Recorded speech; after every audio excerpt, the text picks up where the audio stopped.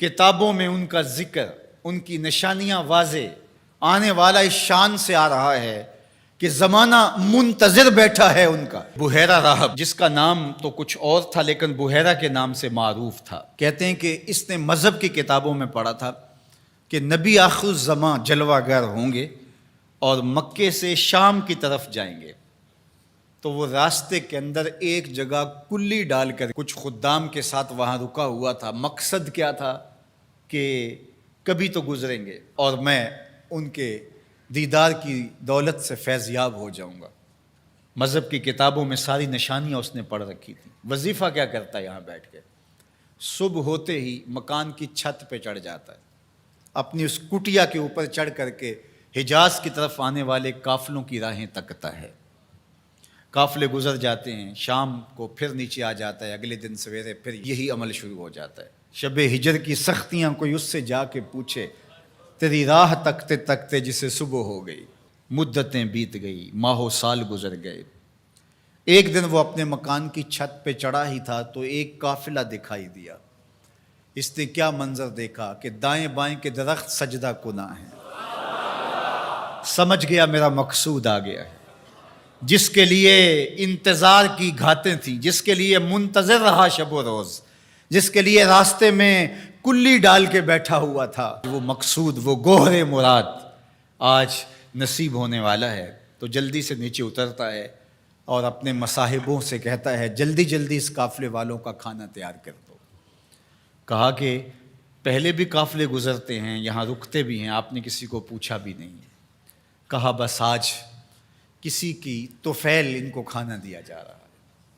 یہ قافلہ جب قریب پہنچا اور انہوں نے پڑاؤ کیا، اس کی کٹیا کے قریب بہت بڑا ایک درخت تھا، وہاں رک گئے۔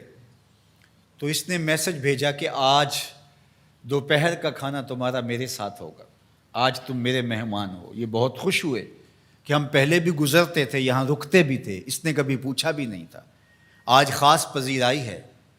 کھانے کا وقت ہوا تو وہ آیا، اور جس طرح وہ لوگوں کے مجمع میں کسی کو ڈھونڈ رہا ہو، حضور علیہ السلام اونٹوں کے پاس تھے، 12 سال حضور علیہ السلام کی عمر تھی، تو آقا کریم وہاں تشریف فرما تھے اور یہ سارے یہاں کھانا کھانے درخت کے نیچے بیٹھے تھے۔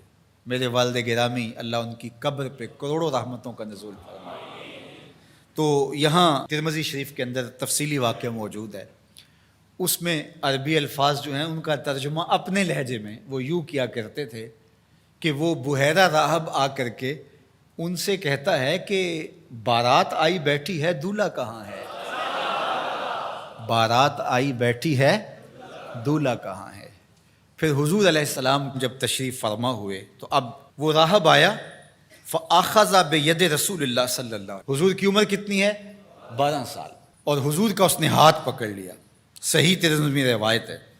قال، اور اس نے کہا، ھذا سید العالمین، قافلے والو سن لو، یہ تمام جہانوں کا سردار ہے۔ ھذا رسول رب العالمین، یہ تمام جہانوں کا رسول ہے۔ یبعثہ اللہ رحمت للعالمین، اور سن لو اللہ اس کو تمام جہانوں کے لیے رحمت بنا کے مبعوث فرمانے والا۔ اللہ اکبر۔ تو دھوم مچی ہوئی تھی حضور کے آنے سے قبل، پیغمبر راہیں بتا رہے تھے، نشانیاں بتا رہی تھیں۔ حضرت موسیٰ علیہ السلام پر جب الواح تورات کا نزول ہوا تو انہوں نے جب تورات پڑھی تو اللہ کی بارگاہ میں عرض گزار ہوئے، اللہم انی اجد فی الالواح امتا ہم المستجیبون المستجاب لہم فاجعلہم امتی، قال تلک امت احمد۔ کہا مالک میں نے الواح تورات میں ایک امت کا تذکرہ پڑھا ہے جن کی دعائیں تو قبول فرمائے گا، جن کی دعائیں رد نہیں ہوں گی، وہ امت میری امت کر دے۔ کالا تلک امت احمد صلی اللہ علیہ وسلم، فرمایا کہ یہ تو میرے پیارے احمد کی امت ہے۔ آپ کا ذکر تورات میں ہے، مثلہم فی التوراۃ و مثلہم فی الانجیل۔ اللہ قرآن مجید میں ارشاد فرماتا ہے کہ حضور کے ساتھیوں کا ذکر، ان کی مثالیں اللہ نے تورات میں بھی بیان کی ہیں اور انجیل میں بھی بیان کی ہیں۔ اللہ اکبر۔ اب تورات کی کہانی سنیے، 9 سوال تھے مسلسل، اللہ اس میں یہ شان ہے، اس امت کو یہ مرتبہ دیا گیا، یہ شان دی گئی، وہ امت میری امت کر دے۔ جواب کیا آتا رہا؟ تلک امت احمد، یہ تو میرے نبی محمد صلی اللہ علیہ وسلم کی امت ہے۔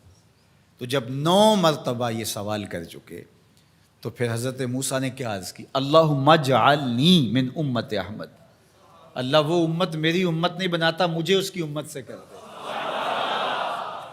چوں بشانش نگاہ موسیٰ کرد، شدن از امتش تمنا کرد۔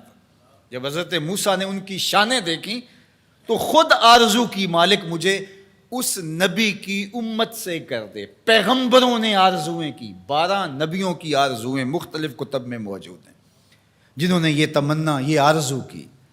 یار ہم نے کوئی آرزو تو نہیں کی تھی، ہم نے کوئی منتیں تو نہیں مانی تھی، ہم نے کوئی وظیفے تو نہیں پڑھے تھے، ہم کوئی دعائیں تو نہیں کرتے رہے کہ یا اللہ اس نبی کی امت سے کر دے۔ ہماری آنکھ کھلی، مقدر جاگا۔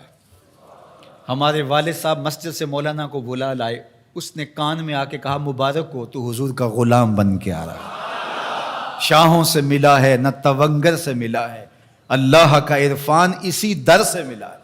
اوروں کو ملا ہے تو مقدر سے ملا ہے، مجھ کو تو مقدر بھی تیرے در سے ملا ہے۔ یہ میرے اور آپ کے بخت کے ہم حضور کی امتی۔ میرے والد گرامی جھوم کے پڑھا کرتے تھے، محمد جانے جانا ہے پیغمبر ہو تو ایسا ہو۔